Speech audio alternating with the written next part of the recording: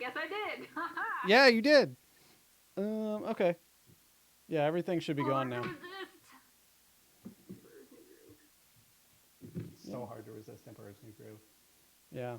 All right. Uh, There's an ad right now, mm-hmm. pre-rolling Uh-huh. on the stream about the Epic Game Uh-huh. Store. Oh my god. Phone's so loud. Yeah, that's the Phone's one. so loud. Okay. I just wanted it up so I could see chat. Okay. Yeah, and I've got the tablet up over here next to me as well. Perfect. So welcome everybody to the both first and second Goblin Book Club discussion. The first because this is the first time we're actually going to be discussing a book that was read for the purposes of this organized discussion. And the second in that we got together and just jawed about books for a little while last month. So tonight we've got Josh from Goblins and Growlers, and Hello, everyone. I still need to change my name on here. There we go. We have Sharon from Feral Fox and Goblins and Growlers. And we have Lauren from Feminist Reading List on Instagram. Hello. And so, Lauren, the book that we're talking about this time, Gideon the Ninth, that was your suggestion. So, for people who didn't catch it last month, maybe just give a quick, like, back of the book synopsis of it, real quick.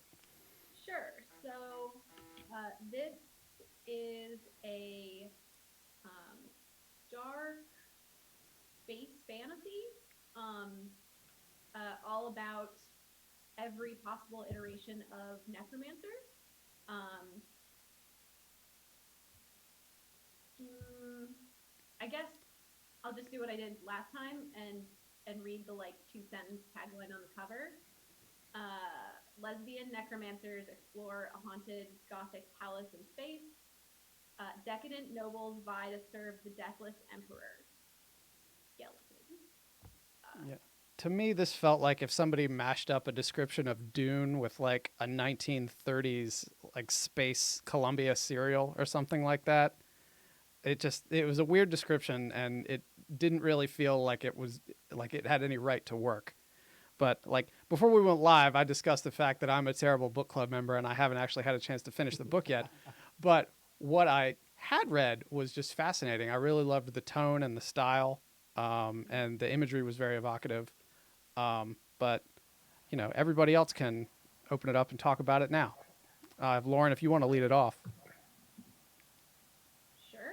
So this was my second read through. Or we're gonna spoil everything, right? Like we're gonna talk about the ending and all of that. I don't think if anybody's worried about that, I think they're in the wrong place. All right, that ship sailed. Cool. Yeah.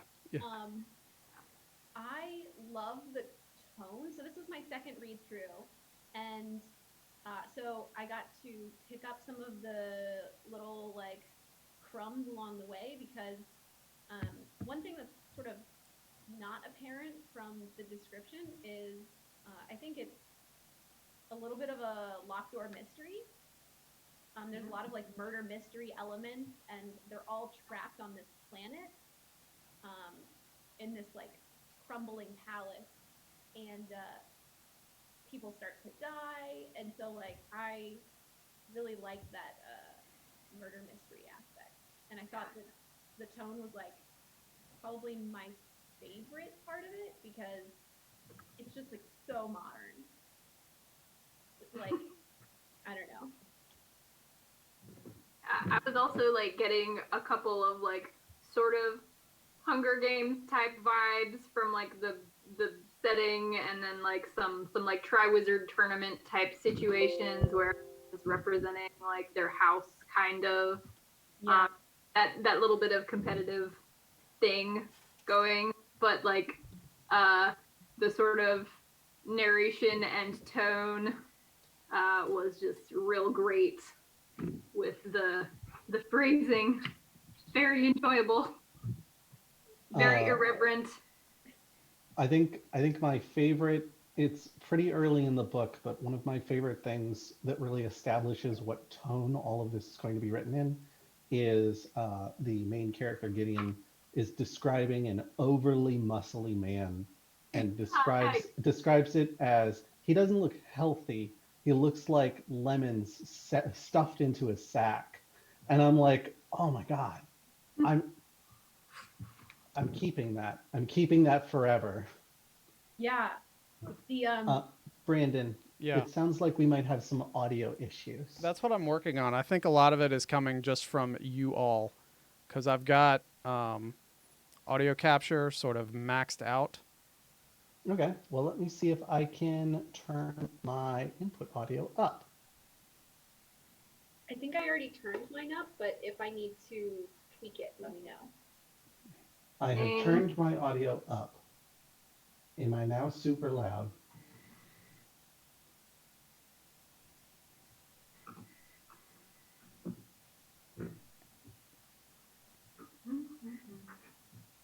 If chat can tell us if we are now super loud, that would be great. This is the test. You're saying things. No is the worst. Yeah. Audio problems. Da, da, da, da, da, da, da, da, da. It's fine. When you're just figuring out how to do things, it's not bad. Let me also. Okay. Joe Green says this is better. Okay. I am also going to mess with the zoom settings on the audio too.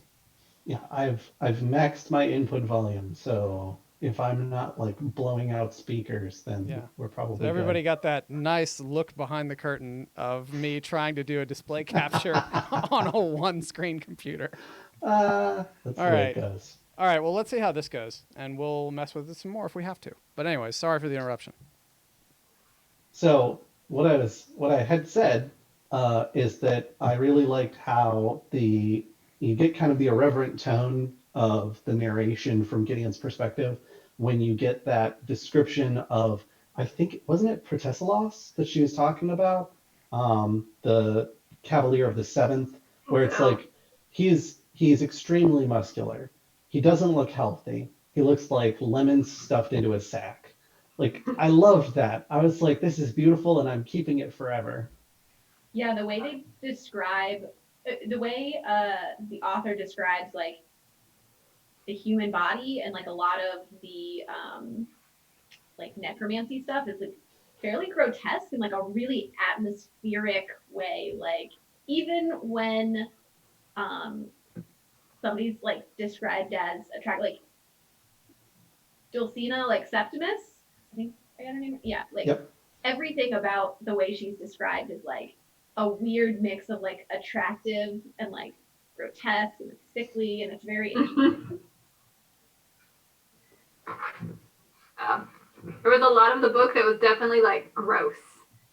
Yeah. Just gross. You're just like, ew. Yeah, but like I mean, even the first sentence, like, sets that nice tone with the like Gideon now packed her sword, her shoes, and her dirty magazines, and she escaped from the House of the Ninth. Yeah, so good. Yeah, definitely. I think like probably my favorite like little like pithy Gideon phrase is towards the end when she says Wait, don't we? Do we? Are we not allowed to say words that are bad words? Is that that's a thing, right? Is that a thing? Oh, is that a thing? I mean, I think that's a thing. Isn't that? I know. Okay, I won't say that. My favorite. I know. Part. Sorry. I was just like, I think it's a thing. We might get in trouble. I don't know. I know most of our streams are PG-13. My concern, though, is that this book is decidedly not PG-13. Yeah, Yeah. I don't Book think is decidedly R. Yeah, I don't think we have to like sanitize it. We can respect it, about- the work for what it is. How about this? Okay, I didn't know This if there was is- like some setting on our stream that was like, oh, you said a no. Only if you want to type it in the chat. How about this? This is your content warning. It's an R-rated book, and so we're gonna say a few R-rated things over the course of the evening. If you're not cool with that, then you should probably drop off stream. I'm sorry. Yeah. I'll interject here and just say Craig Lost Limey brings up the narrative voice was very visual, so you understand that Gideon is constantly looking around her environment. And I sort of immediately got the feel for that when I started reading it because it just painted this very like bleak picture, and going into it sort of expecting necromancy, I had sort of like a predisposition of a thought in my head of what it was going to look like, and the language just painted that picture kind of perfectly. I thought, Yeah. like, in my head I saw like lots of browns and grays and overcast skies and things like that. I think they also did a really good job of capturing, um, when Gideon is kind of exploring Dominicus, there's a lot of scenes like setting like, oh, this is what the room looks like, and it's very detailed and it's very detail oriented. But then when Gideon is going somewhere, like from point A to point B, it's very minimalist. It's like I walked down the hall and I got there. It took me a little bit of time. Because at that point, Gideon doesn't care about the details of the area. She's already been there. She's already seen that. Yeah, I loved how the world was described in that like picture it painted, and especially how basically everywhere you went aided that whole like necromancy, like gothic vibe, like just it's like I don't know, it felt very like peak like gothic, like Edgar Allan Poe, like this like crumbling like mansion, everything's past its prime, like Very it fancy, but also like mildewy and gross. yeah. Mm-hmm. Yeah. And I liked the way that the tone was in the conversation too. Lauren, you were gonna say something about a line that Gideon said. Oh, yeah, we do bones, motherfucker. I thought that was very Yeah. funny. Like, it's just, it felt very easy to relate to her. I guess I just curse a lot, but also just like, sometimes in fantasy settings, and not that this is a bad thing, it's just a stylistic choice. But in fantasy settings, a lot of times characters can be a little bit more removed. They're, if it's like a sort of vaguely medieval setting, like people are proper and nobody curses and um, nobody like I don't know. It doesn't feel modern, and it's not supposed to. But like I think those language choices make it really easy to both like and relate to Gideon, which is I think exactly what the author wants you to do, so she can stab your heart. Mm-hmm. Oh You my cry god. all the tears. I liked the part where when she like finally it was revealed that her vow of silence was not a thing, and like the very first thing that she said was just like a dumb sex joke, and they're all like, ugh. The sheer amount of puns in this book, Oh yeah. not Oh, just from her. and like the way that the dialogue and stuff was written, like Magnus with all of his dad jokes, and then like the twins and the way that they're like Magnus, no, Magnus, Smaller font, yes. yeah, oh no, like I can hear it in my mind. No, don't tell them that story, Magnus. Like, no, don't tell her about us. Don't bring us into it. No. Yeah.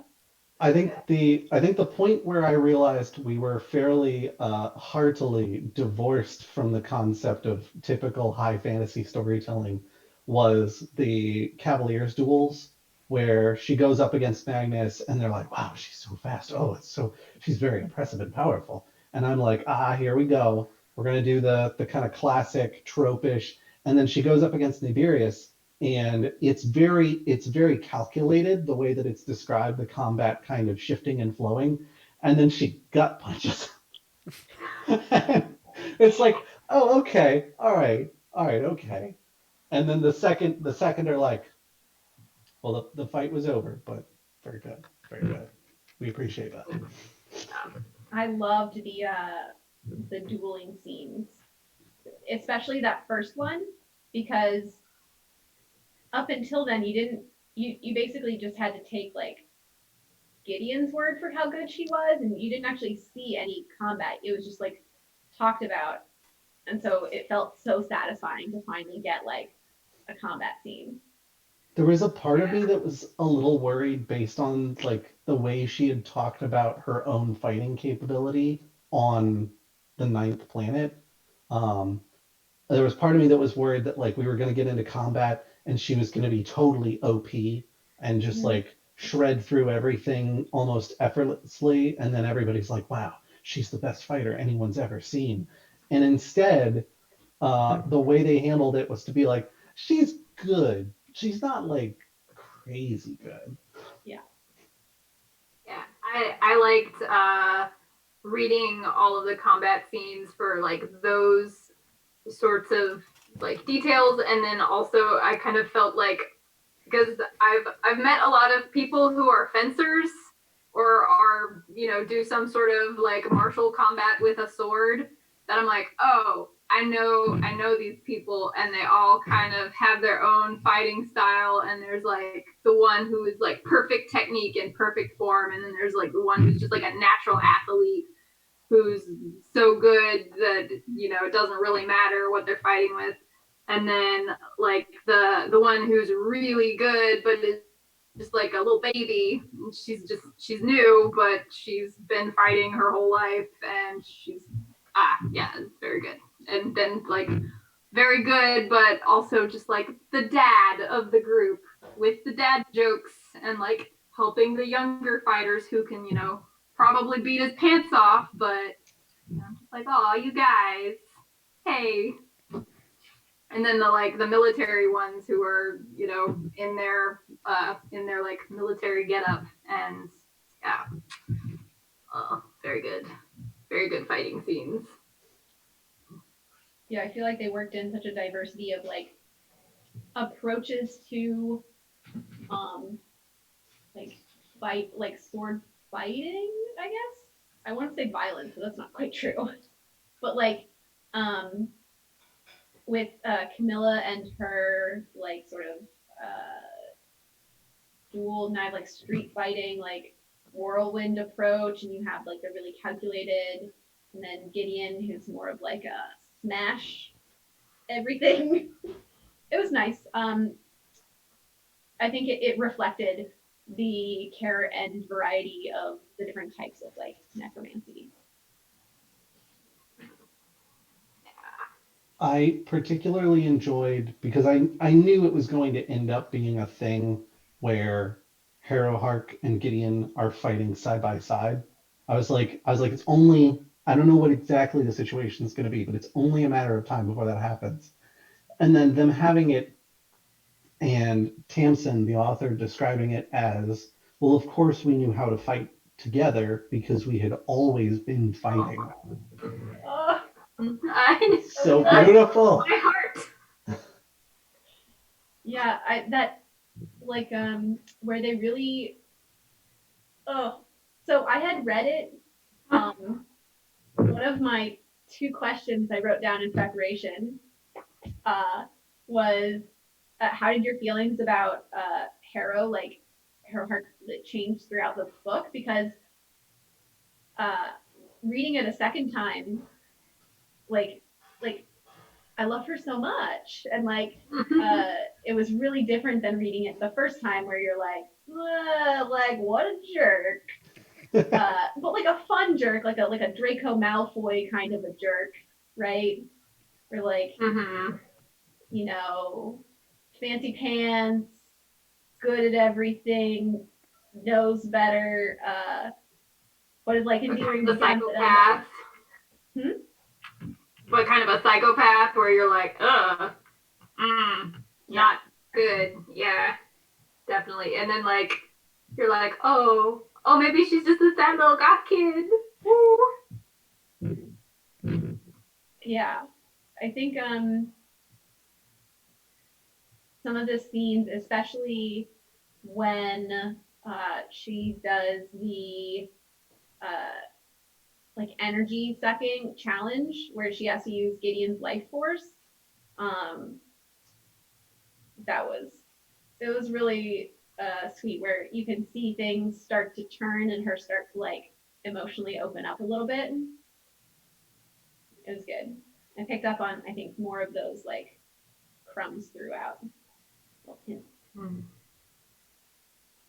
I I have really mixed feelings about Harrow Mhm. because on the one hand, like, oh my gosh, what a tragic backstory. But on the other hand, like, you're such a shrewd, calculating person that even at the end of the book, I'm still like, was this like, was it all part of her plan all along? Like, did she know that if she built this kind of connection with Gideon, that she would become a lictor? Like, what? I uh, I don't know. Yeah, because like her and Silius like hint at it earlier in the book. Like, he's like this is they kind of like talk very obscurely like um all the tests are adding up to this, and she's like, you're an idiot. That's too simplistic. I don't believe that. There's got to be another way, but so she like kind of knew, but like was in denial. At least that's how I took it. But yeah. Well, I think what it comes right down to is that at the end of the day, Harrow didn't like the idea of all of this leading to something where she would be dependent on someone else. Mm. Mhm. Hmm. I think especially dependent on, though I don't know if she would have known this, but especially dependent on Gideon's cooperation. So it's like one thing you have to kill somebody, it's another thing to like have them willingly sacrifice themselves because that's never been A functional working relationship. Yeah, she's always like, even to get her, it's always been antagonistic. And even to get her to come and be cavalier, she had to be threatened and bribed quite heavily. And I think like the vulnerability of somebody like selflessly doing that is probably something. I think you're right. Yeah, and Uh, Craig pops in to mention that he hopes that this is made clearer in Harrow the Ninth. Yes. Mhm. It's coming. It was supposed to be out in June, um, and it got delayed, but it's coming out in August. So you don't have that long to wait. That's ooh, good. It's good. Uh, I've that's talked such to a good couple people that news. got advanced copies, and they really liked it. So We can put that on the book club list for in the fall.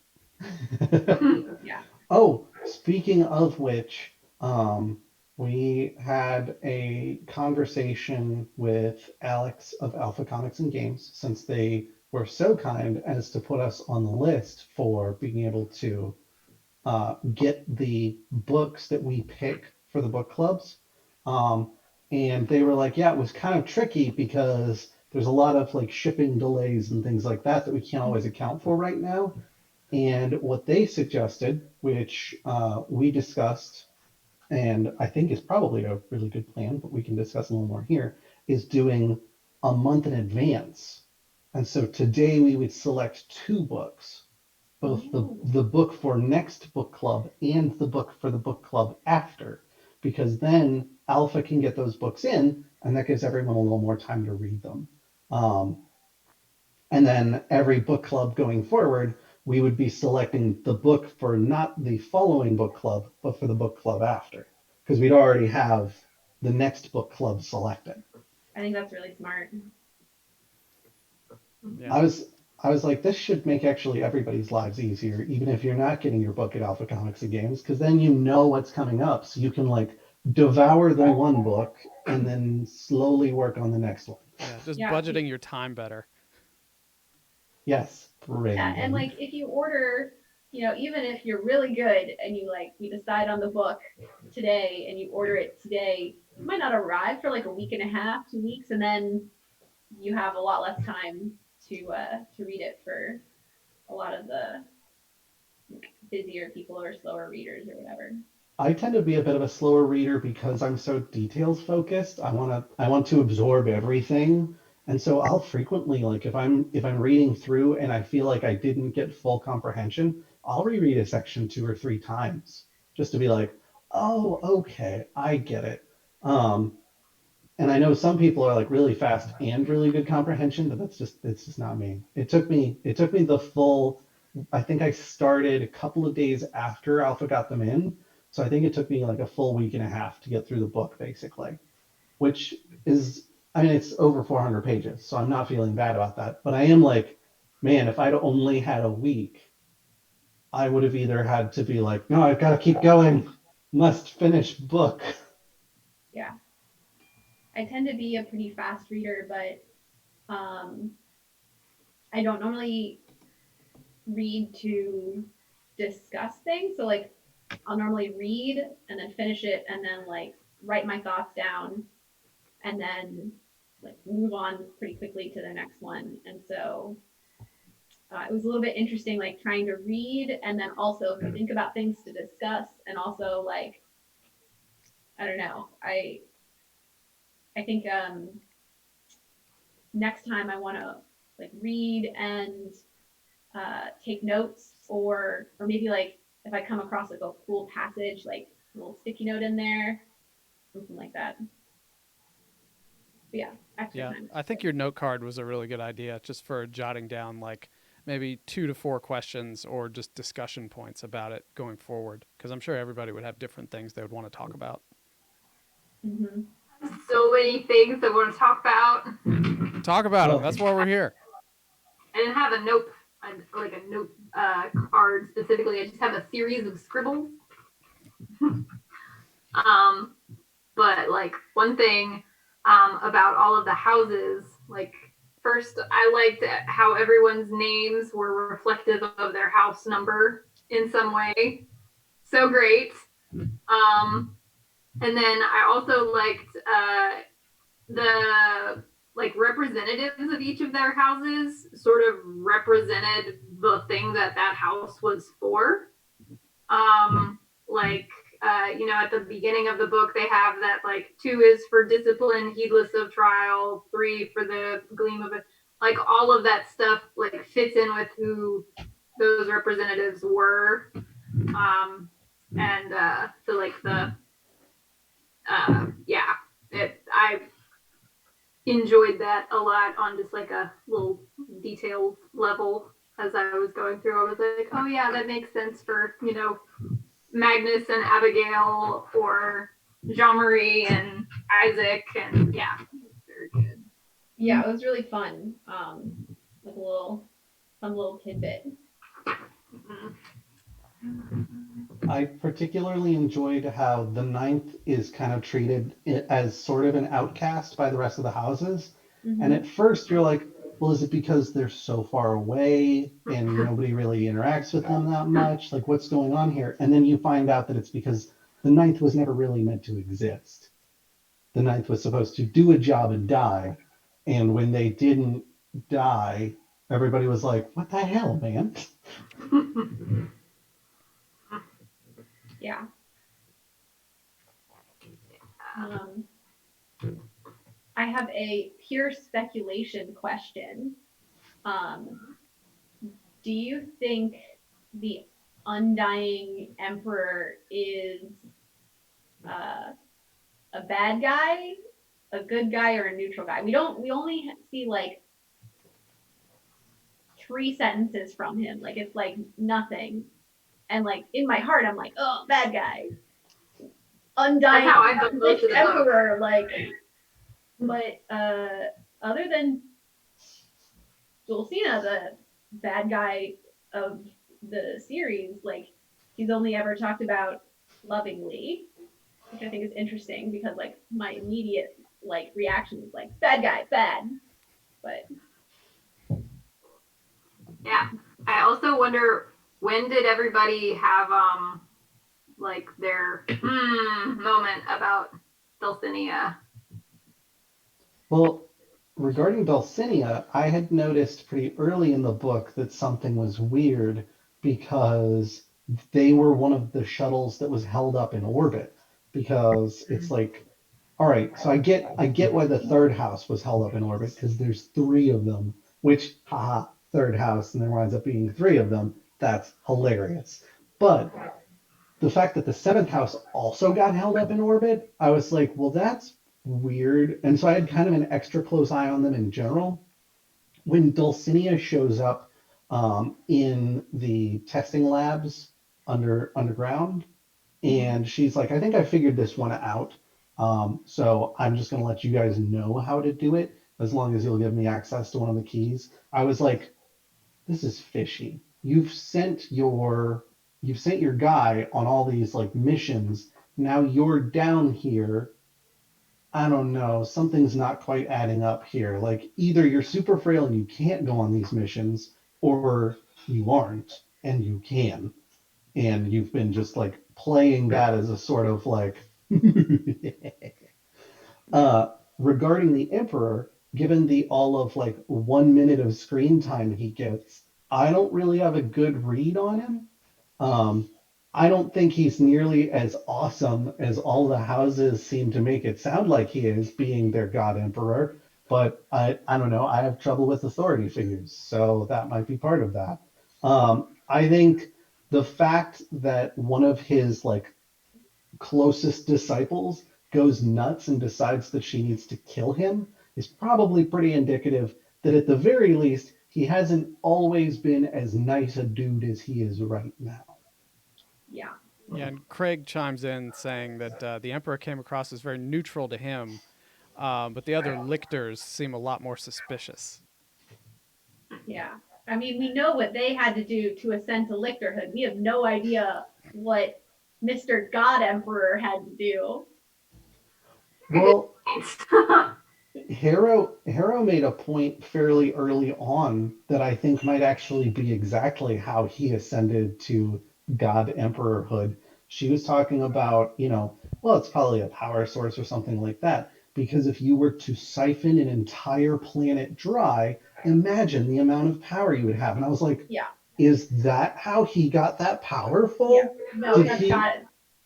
Is that why the ninth planet is so awful? Is because he just drained it dry? Like, is that Maybe what's the going resurrection on? wasn't really a resurrection at all. It's just a bunch of survivors. Or it could be the first uh Dominicus, the planet they were on, which he like couldn't return to. Yeah, which that That's actually weird. would make sense too to me, because, like, yeah, absolutely. Yeah. No, he definitely drank it. That's good. I remember her mentioning that. Oh, what if? I think for Dulcinea, like it's hard to say because this is my second read through. So like a year ago, like I'm trying to remember when I started to suspect, and I think I'm going to aggrandize myself a little bit and be like, I knew it. But like the uh like transference, the life force sucking thing, like a lot of what she says to Gideon doesn't make that much sense. It sounds like she knows what's gonna happen, like more than what's just going on right then. Um, and it seemed like very strange and overly intimate. Um, and so that like definitely is like, Mm, but I had no idea of the twist. I was just like, she probably knows more than what she's letting on. yeah, I had figured she was more powerful than she was letting Yeah. on. I had not figured the twist, No. which, since it sounds like a lot of people actually didn't get to finish the book, I'll leave the twist as a twist still. Um, but like that twist, I was like, wait, hold on. Okay, all right. What? Yeah, no, I definitely didn't see it coming. But she did get a lot of screen time for just a regular character. So Yeah. My squiffy senses like were just kind of like here for most of the time. I was just like, oh, she's the one that's like kind of like the little sort of love interesty crush situation that's happening. Okay. And then the scene where they were trying to figure out what happened to Magnus and Abigail, and like that weird moment where Protestal or is like interrupts, and she's like, "Oh no!" and like faints. I was like, "That's weird. Something's up with this girl." I'm just gonna And yank like this green screen down. And then it was kind of like one twist, and then the bigger twist, and like I had no idea like what to expect on either thing. But like when the little twist came, I was like, "Okay, all right, that's weird." And then later, I was like, "Ah!" So yeah. Yeah, no, that was so suspicious when he punches. Yeah, I was like, "Oh no, now it's like now you can't." You interrupted what was going on there. Why'd you do that? Silas Octa Kisaran. There you go. This is why I spend so long reading. It's because I can then retain some of that information. I just skip over all that. I'm like, okay, I know what the name looks like. I know the character. I am struggling to remember his nephew's name. That one's Column something. Colum. That's right. Yeah, they have them all very handily at the beginning of the book. I love when a book does that too. Nice. Good reference. I mean, when you're trying to keep track of literally 18 plus characters who are all like regular occurring, like important characters, and you're introduced to all of them kind of at once, yeah, I also really appreciate that. It was a little bit of a challenge keeping track of all the characters, especially at first. Once they started getting killed, it was easier. Oh yeah, he's the one who died like this. Yeah. Okay, there's only like 5 left. I can keep that keep track of them now. Yeah.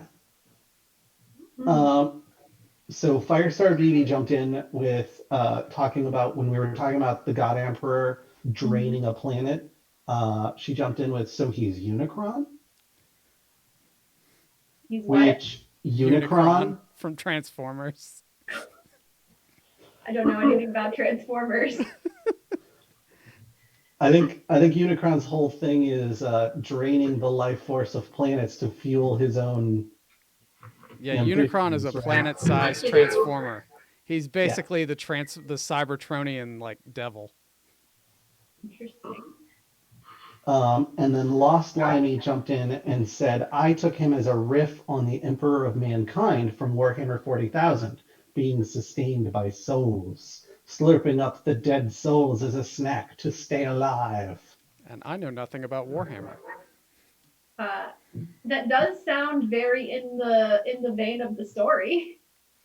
The thing I know about Warhammer is that the God Emperor reigns supreme, and there is very much a idle hands are the devil's playthings kind of mentality around humans in that universe.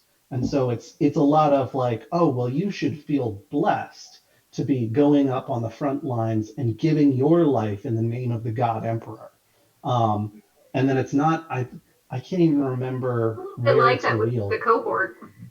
Yeah. It is kind of like that with the cohort. I can't remember exactly where I remember seeing it. I think it was in the Firebringer game, which was you were playing as an alien race who kind of gets you're like this one soldier who gets in kind of over their head, Master Chief Halo style.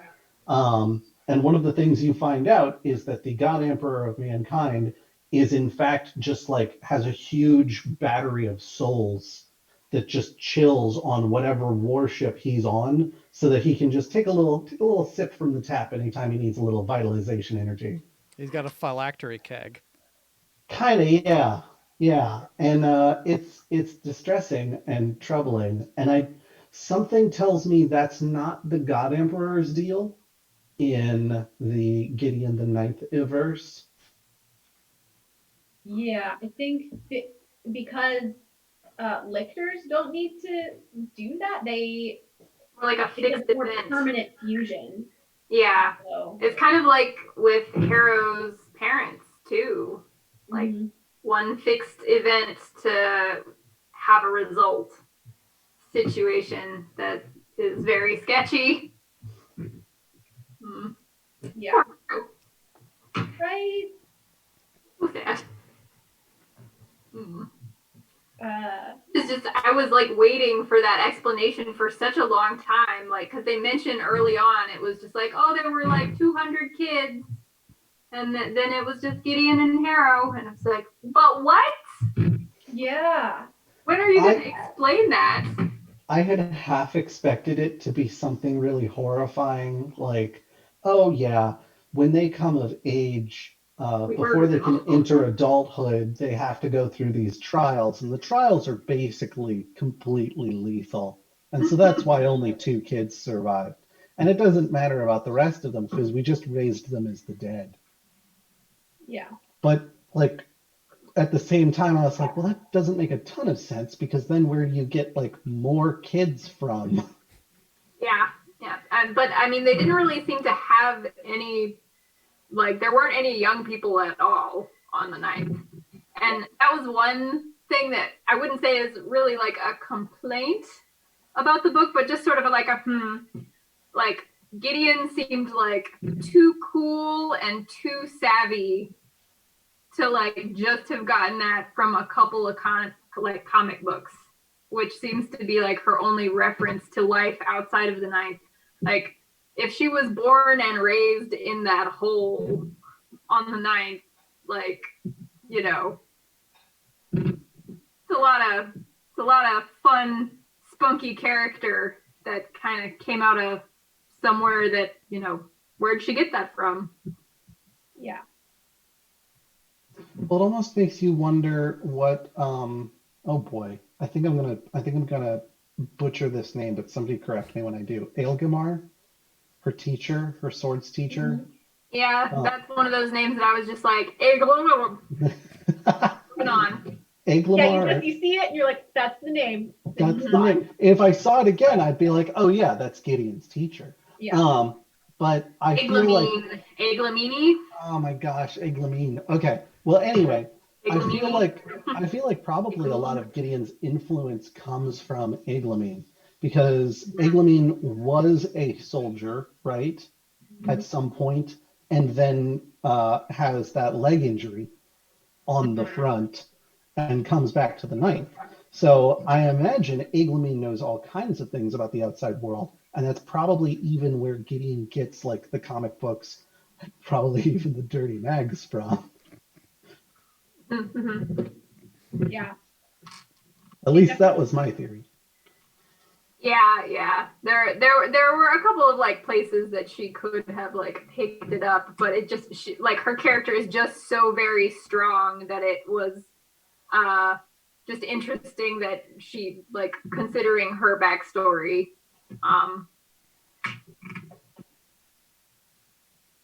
Yeah, the like it's a space fantasy. It's definitely a fantasy, but there's a lot of like the sci-fi elements of it are not explained at all.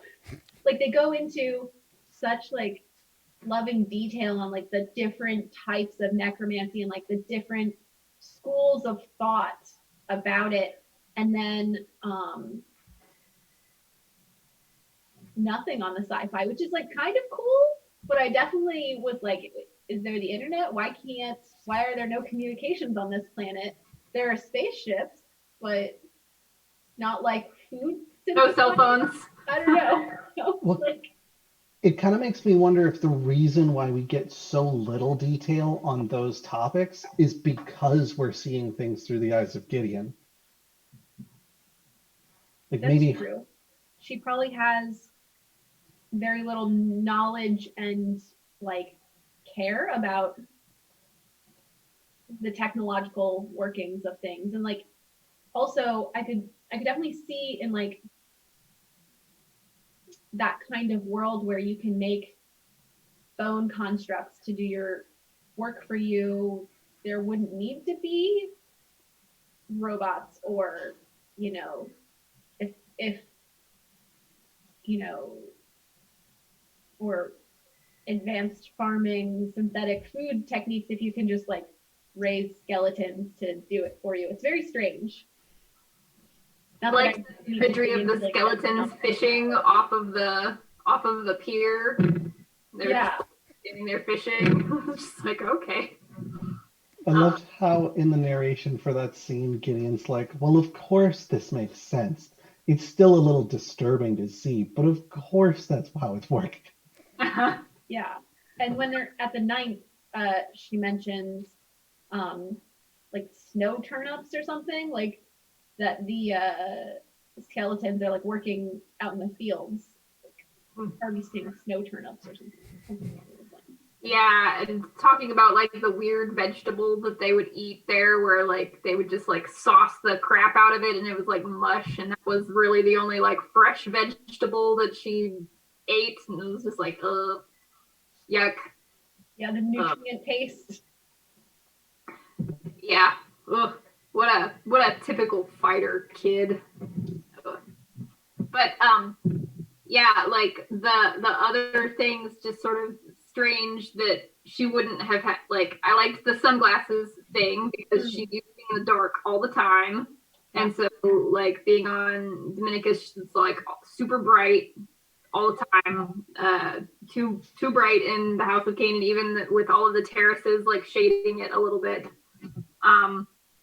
But I thought that for someone who had never really encountered other teenagers, like her attitude towards the teenagers was like very like specifically like teenagers for someone who'd never encountered them. And then also she had such a disdain for like the traditional like face paint that they had to wear, but it's like, but you wouldn't know any different. Like that would be normal. Like that's the thing. Like why doesn't anybody else wear face paint? Like that I thought was just kind of a funny she just had a lot of funny attitudes for someone who lived in a hole their whole life. Yeah. But I also really enjoyed like how like there were so many like little tantalizing nuggets of something when they're going around trying to solve things, and it would like they'd move to a scene and you'd see an interaction and you'd be like, no, like wait, what? What's happening there? And she's just like, I don't know, I gotta go. And then would go and there would be another interaction somewhere else, and she's like, this is the second time today where I'm just like in a situation and I don't know what's going on, I gotta go. And it's like, no, come on, like put it together, like ask a couple more questions, like this is important, I think. And then like later, like I think it's probably Harrow and Palamides, sex pal, talking to each other, and they're like putting stuff together, and Gideon was like, someone enlighten me, I'm just a poor cavalier. It's just like, oh, you're so thick. Love you so much. Just a jock at heart, you know. Yeah. Good. Yeah, I did enjoy all of the scenes where Gideon is like, guys, all I know is sword swinging. Help. Sword swinging. Oh, like the regenerating bone construct where she's just like, its legs look like swords, I want to fight it. Yeah. Let me fight it. And Harrow's like, that's why you went in there? Yeah. Uh, It feels like I've met a person like that before. Right?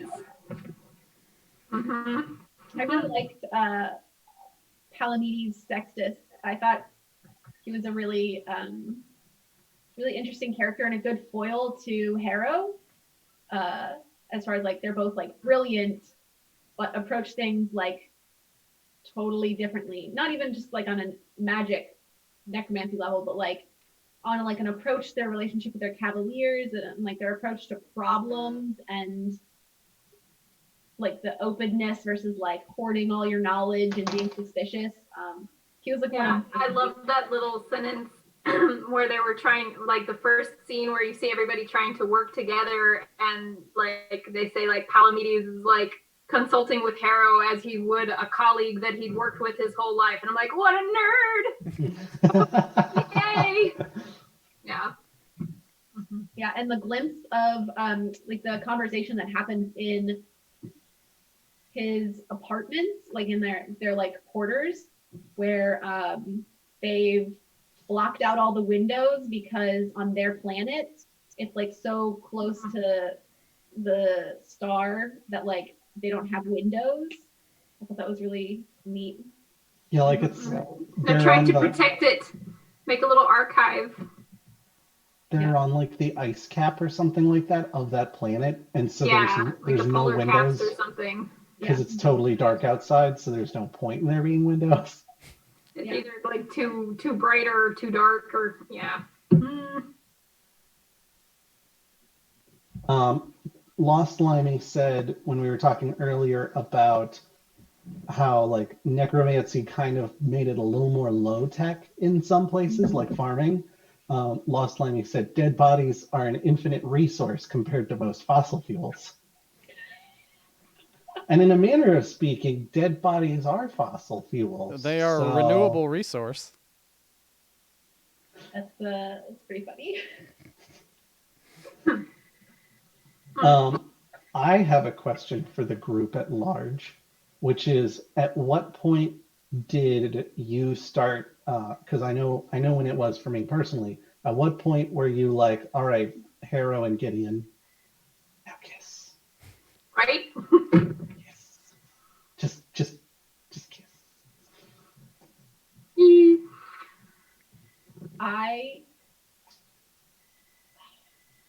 The pool scene, I'm so mad. Just like, why? That's my exact reaction to the pool scene is like, kiss? Just damn it. Do the thing.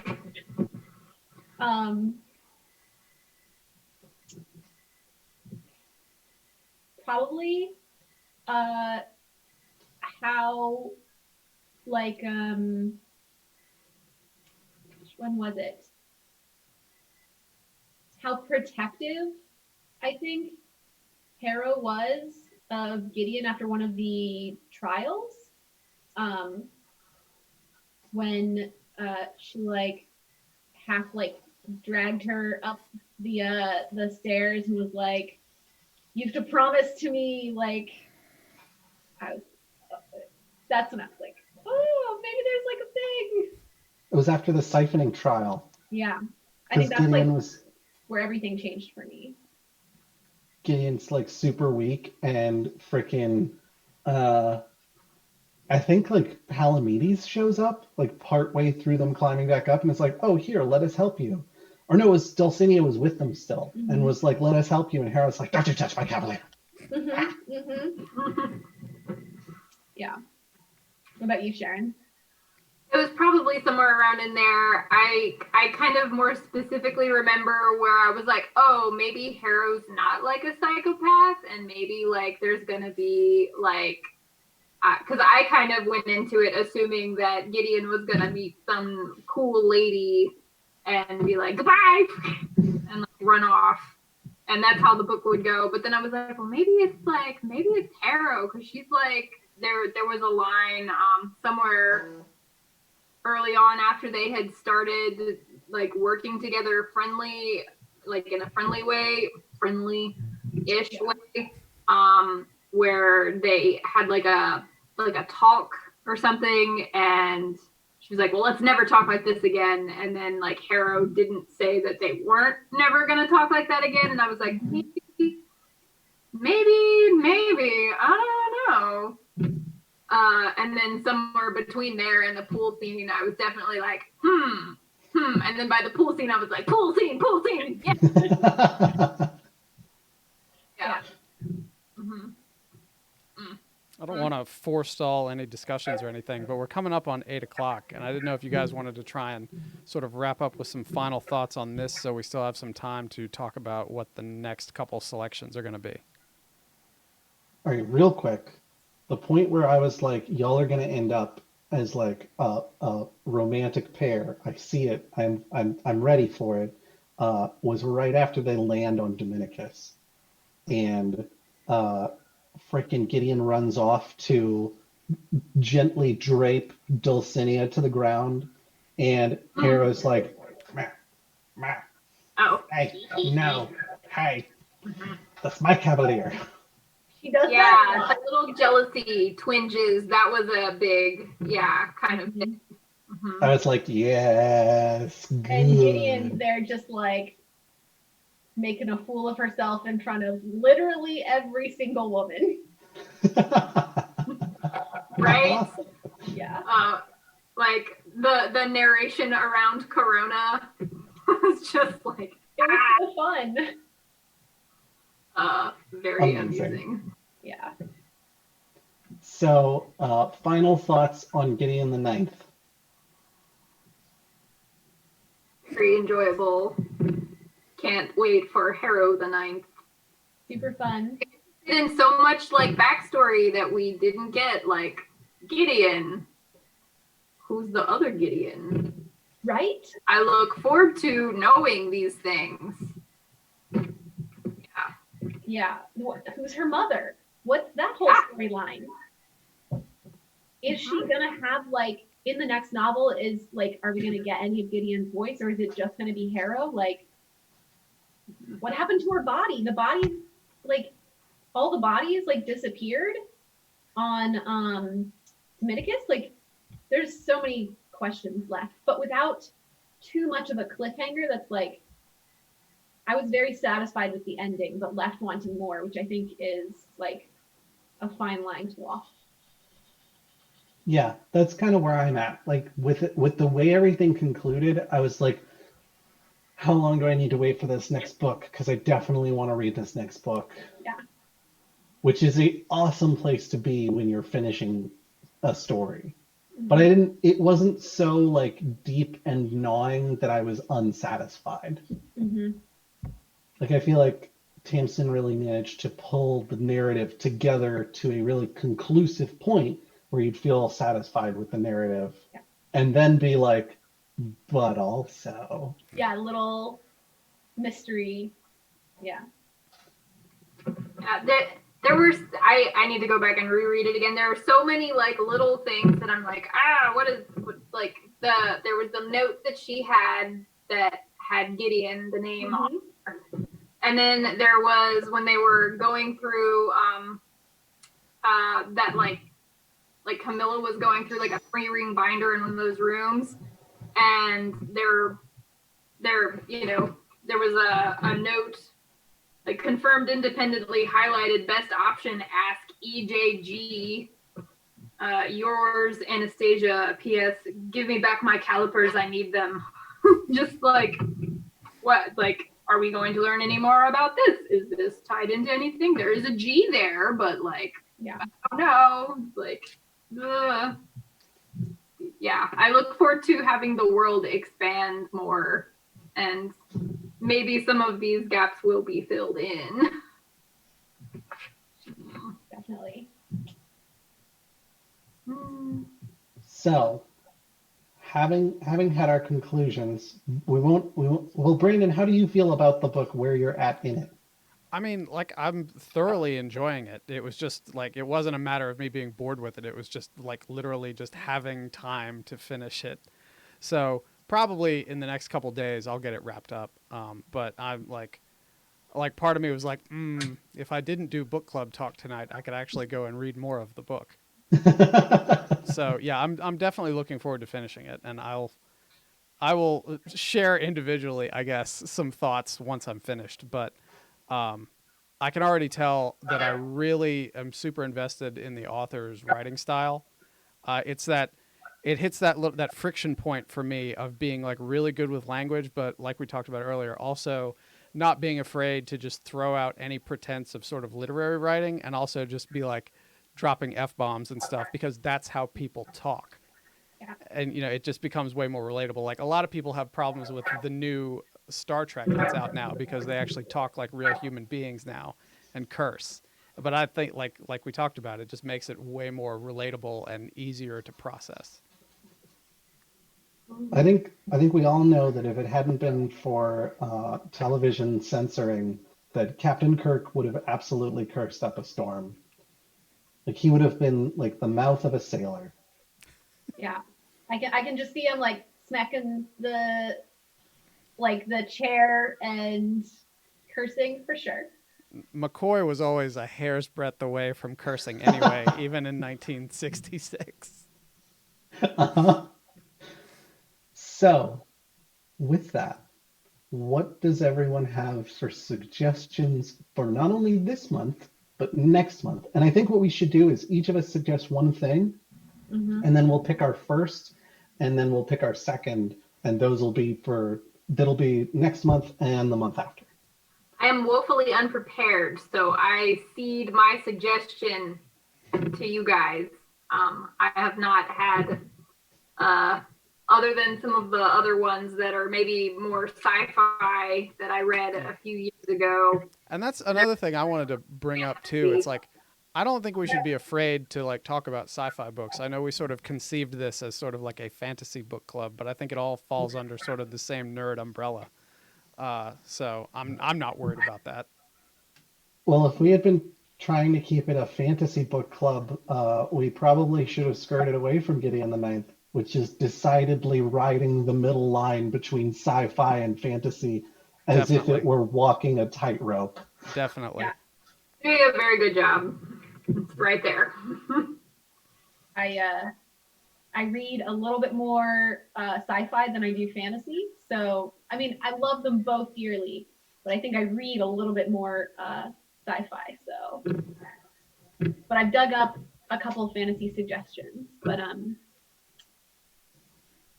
I can always suggest some sci-fi as well. So are we doing sci-fi and fantasy suggestions or just fantasy? Whatever's your pleasure. Whatever we want to do. Real quick before we get into that, regarding Harrow and Gideon, Lost Limey says she attack, she protect, but most importantly, she resurrect. I have some Gideon memes that I've been holding on to. Yes. Oh my God. I'm gonna put those things in the Discord. Yes, please put those in the entertainment media channel on the Discord. I'm so excited to see them. Yes. I came across some really cool cosplays too. Oh yes. Yeah. That's cool. Lost Limey also said McCoy would drop F-bombs like there's no tomorrow. I presume given the opportunity. Mm-hmm. And then Brecked says, based on how actual Scots talk, Scotty would have been very colorful too.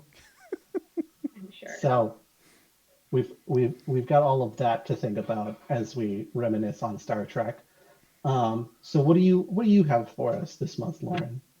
So I picked out a fantasy. It's the first in a duology, The Six of Crows by Lee Bardugo. It is YA, so I don't know how you guys feel about reading YA fantasy, but it's not overly YA-y. It's at its core a heist. So it's a heist in a fantasy world. This up and coming like gang leader in the slums of this city gets pitched the big job by the Merchants Council. And so he's kind of like a bad dude, but like one that you love. And he assembles a crew and like sets off to do this like ultimate heist. It's fun, it's fast, it's very like action packed. So that is my suggestion. And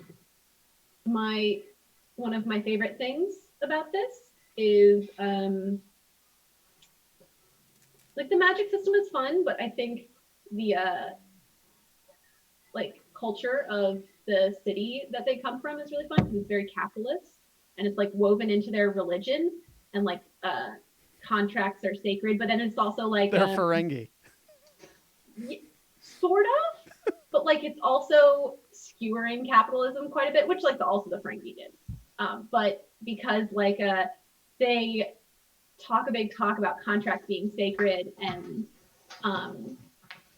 money being a sign of God's favor, of like the God of merchants' favor and stuff. But at the same time, and like it's the ultimate sacrilegious offense to like tamper with the free market. But everyone does that all the time, and so it's just kind of fun. It's a little bit dark, but still really good, and it's YA, so it doesn't get like too dark, but it's a little bit gritty for YA. Okay, Josh, did you finish with your blacksmithing over there? Sorry, I was trying to move the lamp a little bit closer because I realized that I was like half shrouded in darkness and half with just enough light to barely see me. I was a little worried that it looked like I was turning to the dark side of the Force. You were fine. You I came probably back should to have the muted light. myself first. What about you, Josh? What are your suggestions? My first suggestion is I realized last month I was talking about, oh, well, I really, really like Terry Pratchett, but I wouldn't recommend Terry Pratchett because surely everyone knows Terry Pratchett. Then I realized that like Terry Pratchett has like 40 novels just in Discworld. And so even if you've read 3 of those, you might not have read what is my favorite of all of those, which is Guards, which is a magnificent piece. Terry Pratchett, especially when it comes to things revolving in Ankh-Morpork, which is kind of the central city that he revolves a lot of his plots around. He does a really good job of doing social commentary and things like that. Guards is one of my favorites for a lot of reasons, but in part because of its depiction of kind of like people you wouldn't necessarily expect getting into police work and why they might get into police work and why they might be more effective as, bringers of justice than you would consider. It kind of goes into some of there's some like classist tones to the book as well. And then the whole thing revolves around a city guard trying to figure out a plot of this cult, and the cult ultimately summons a dragon, and the city guard then also has to deal with that. And so it's as high fantasy goes, it's a little bit like looking at Skyrim, but from the position of the people who keep telling you to stop stealing things. And I think it does a magnificent job with all of that. And it's one of my favorite books, one of my favorite high fantasy novels of all time. It's kind of old, so a lot of people may have read it already, but I figured I'd throw it out there because it's one of my favorites and it might not be something that everyone has read. All right, Sharon, I saw you poking around over at your bookcase. Do you have a suggestion now? Well, if we're doing sci-fi suggestions as fair game, then I have one. This is the first book that I read in a book club that I was a part of like 2 years ago or something. And it has a very fantasy sounding name, but it's a sci-fi book. It's called Dragon's Egg. And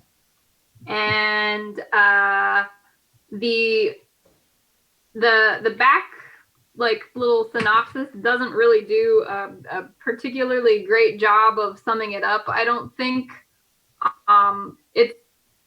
it's not a book where you get like tied up in the lives of like a particular character or characters.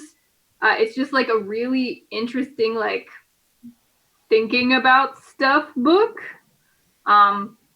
It says, because this will do better than me trying to talk about it. In a moving story of sacrifice and triumph, human scientists establish a relationship with intelligent life forms, the Chila, living on Dragon's Egg, a neutron star where 1 Earth hour is equivalent to hundreds of their years. The Chila culturally evolve from savagery to the discovery of science, and for a brief time, men are their diligent teachers, ... So it's like a race of very tiny little microscopic aliens. And so it goes through the human scientists sort of discovering the presence of life on this, star that they were studying for other reasons. And then over the series of like a couple of days of them studying, like lifetimes and generations and centuries go by for the aliens, and they sort of like, they notice the tests that are run on them, but they think of them in sort of like a religious way, like there's a light that suddenly appears, and so they form a religion around it. So you have part of the story from the perspective of the scientists as they're running tests, and then it jumps to the story like on the planet where you get to see like a glimpse in like maybe a couple of years of time for the Chila, and how they're like interacting with the thing that is happening to their planet. It's very cool, and I liked it a lot, and it was very different from the stuff that I had read recently. And as the first book for that other book club that I was a part of, I was like, I'm sold. I'm here for this book club forever now, you guys. I'm so into this. And I totally stayed with that club for a long time until work killed my soul. Oh, And my life. That's really interesting. While you were talking about that book, I looked it up, and it was written in 1980 because you were talking about it. I was like, that is the plot of an episode of Star Trek Voyager. So I know who stole from whom now.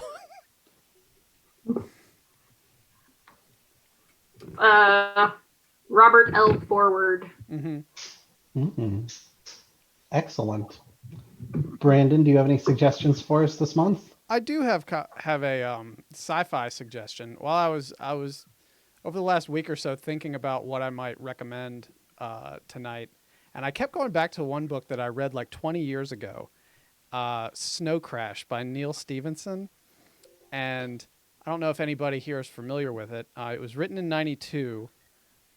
It's sort of in the vein of like William Gibson, Philip K. Dick sort of cyberpunk type of stuff. I would call it kind of maybe like a post-cyberpunk thing, because I found it way more accessible than any William Gibson that I ever read, and I was like 18 at the time. But it's this really interesting, it's kind of Matrix-esque, even though it came out, more than half a decade before The Matrix did. Just about sort of a global network you can plug yourself into for entertainment. It was, sort of futurist type thinking, but it's also a murder mystery where this guy who's in the real world is kind of a nerd. He jacks himself in and he becomes this cool, like, samurai sword wielding hero and everything. And it's a neat little exploration of like identity and like what make, are you what you imagine yourself to be? That kind of thing. It's a really cool book. And like when I was thinking about it and whether or not I wanted to talk about it tonight, I was like, I'm not going to look up anything about it because it has been 2 decades since I've read it. And I kind of want to read it again to have the book spoiled for me, like only to discover that it's not as good as I remember maybe. But I mean, Neil Stephenson is a really solid author. His books tend to be fairly dense in terms of the prose, but this one, I guess it's like entry level Neil Stephenson, because like it was very easy to read as opposed to reading some of his other like much more complicated multi-volume tomes. But I thought it was really good.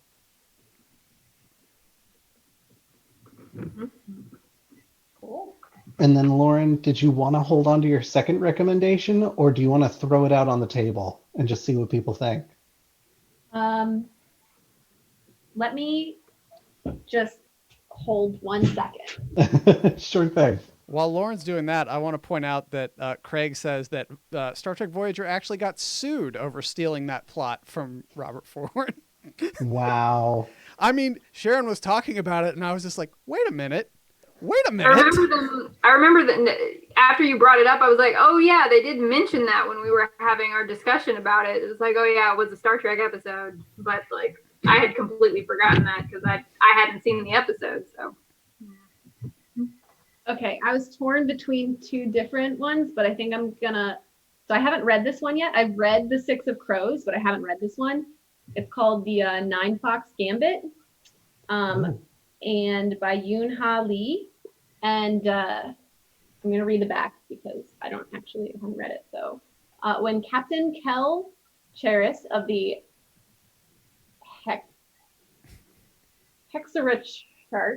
Chet is disgraced for her unconventional tactics, Kel Command gives her a chance to redeem herself by retaking the fortress of Scattered Needles from the heretics. Cheris's best hope is the undead tactician Shuos Judo, who has never lost a battle and who went mad in his first life, massacring 2 armies, one of them his own. As the siege wears on, Cheris must decide how far she can trust him because she might be his next victim. So, like, sounds kind of cool, very, like, space opera-y, and, yeah. It won some awards. Really liked it. You are 3 for 3 on books that sound like they'd make amazing movies. Thank you. I really think this one would make such a good movie. Mm-hmm. I mean, I was the whole time I was reading Gideon the Ninth, I was like, oh my God. Like, I hope that once, because I'm assuming it will happen. I hope that once the movie adaptation of this comes out, that they're able to capture a lot of this because it's so good. Yeah. They need like a lot of swagger for Gideon, like so much.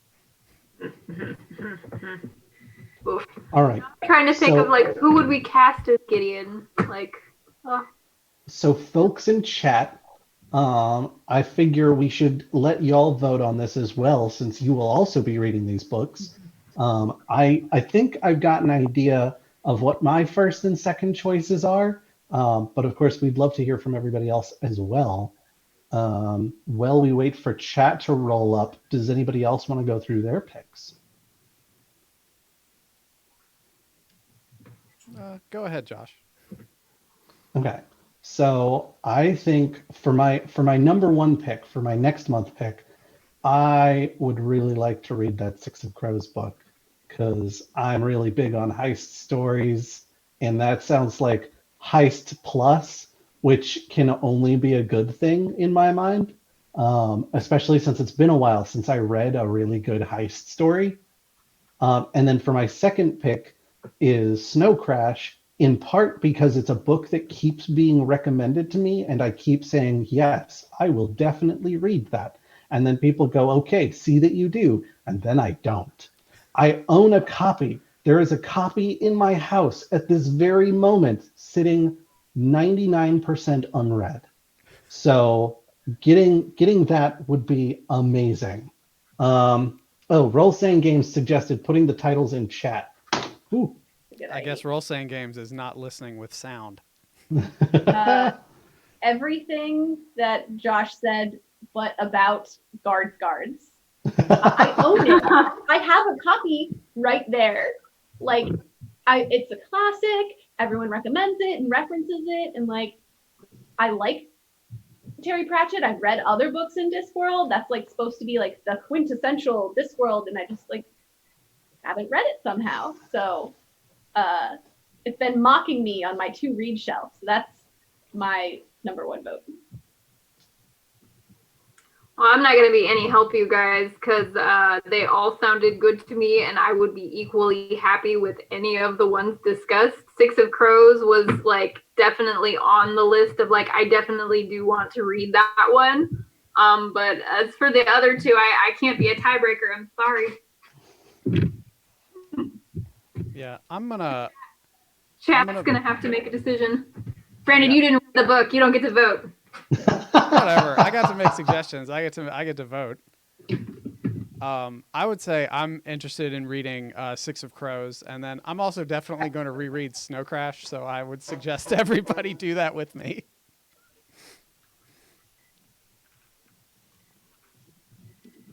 And Craig is voting for Six of Crows, and then Snow Crash, and then Dragon's Egg, and then are we going to do ranked choice voting? Let's really democracy needs to speak. Six of Crows looks like it's seriously in the lead for the next one. And I do really want to read Dragon's Egg too, especially now that I know that Star Trek stole from it. I'm really interested in reading that for the novelty now. They got sued. Star Trek is probably a better reference than me, so you know. I remember a year at least ago when we went camping, and you were talking about that book and how good it was, and you're still talking about it like a couple years later. So it's got to be like really good. So I think it seems from what Chad is saying and from what we're saying that we can sort of hard commit on Six of Crows for next time. Okay. Then the real question is, if Six of Crows is next month, what is the following month? I'm seeing a lot of mixed. Since we can knock Six of Crows off the list, since we're doing that next month, a lot of the votes I'm seeing are saying there's Snow Crash, there's Guards, there's Dragon's Egg. Those are the three that seem to be top in the running. So if we take the 9 Fox Matrix off the voting scales, and we're just looking for next month's book, or not next month, because next month is Six of Crows, but we're looking for the following month's book, which we're in May, so that'll be July.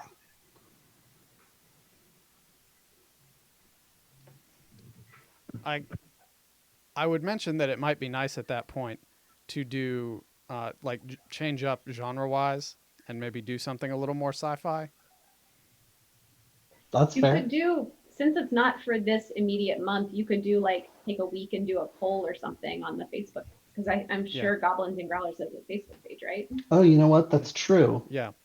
We do indeed have a Facebook page, and that would be a really...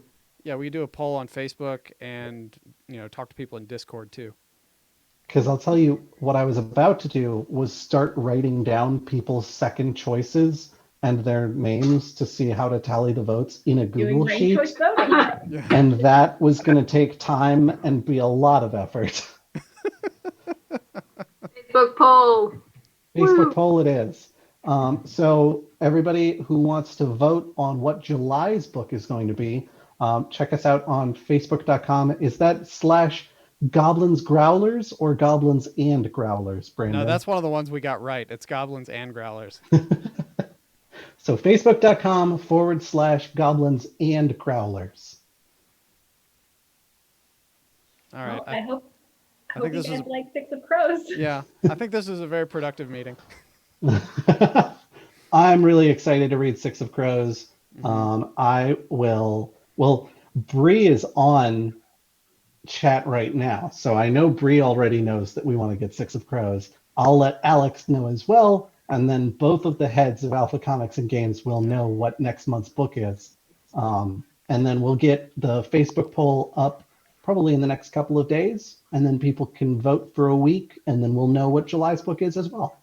So yeah, if you want Six of Crows, go ahead and reach out to Alpha Comics and Games, either by email or phone, so they can put it on their list and get it ordered for you.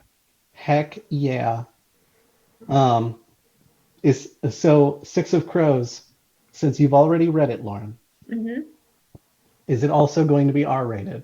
Or is it more of a PG-13? Oh, you said it was a YA novel initially, didn't you? So I think it's categorized as YA, but it's pretty dark for YA. I would also rate it as R. It's not going to be as... I don't think there's as much cursing as there is in Gideon the Ninth, but I think there's a decent amount of violence. Okay. And some mild references to sex. I think there's a lot of it's in the slums of the city, and there's some mentions of prostitution and stuff like that. But so it's not like a hard R. It's it's a soft R. It's a lowercase R. So yeah, I think a soft R. I also don't generally read with that in mind. So I think that's fine. If that turns out to be a problem, we can address that in the future. I just wanted to make sure that folks knew what they were getting into, because when I picked up Gideon the Ninth, I was like, oh well, it's necromancers. It's probably going to be a little gruesome. But yeah, as I was reading it, I was like, maybe we should have mentioned during Yeah, I was like, ew, it's gross. maybe during the stream we should have been like, hey guys, just a heads up, it's yeah. gonna get gross. Content warnings for this are definitely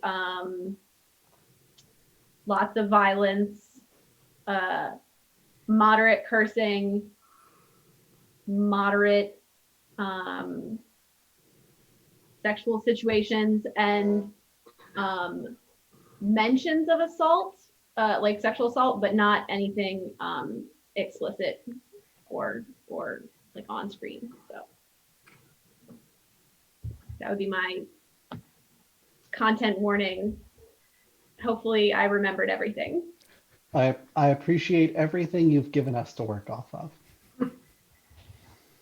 So anybody who wants to post Gideon the Ninth memes and have more general discussion, we have chosen to put that in the entertainment media channel on our Discord for the moment. If this blows up and people are like, we want to talk about things that aren't book club in here, then we might wind up with our own channel. I wanted to see kind of how that shook out first. But I think we're all set for now. If anybody's got anything else they want to say. No, I'm good. I just appreciate everybody tuning in and everybody being a part of the discussion. Yeah, It's been thanks. fun. Thanks everybody for tuning in. Lauren, can you give us one more time where we can find your magnificent works when you're not sitting in a Goblins and Growlers stream talking about lesbian necromancers? You can go to my Instagram at Feminist Reading List. It's where I post reviews of the books that I read. I just today when I finished my reread of Gideon the Ninth. It was my 50th book read this year because I do nothing else. And I mostly read romance, sci-fi, fantasy,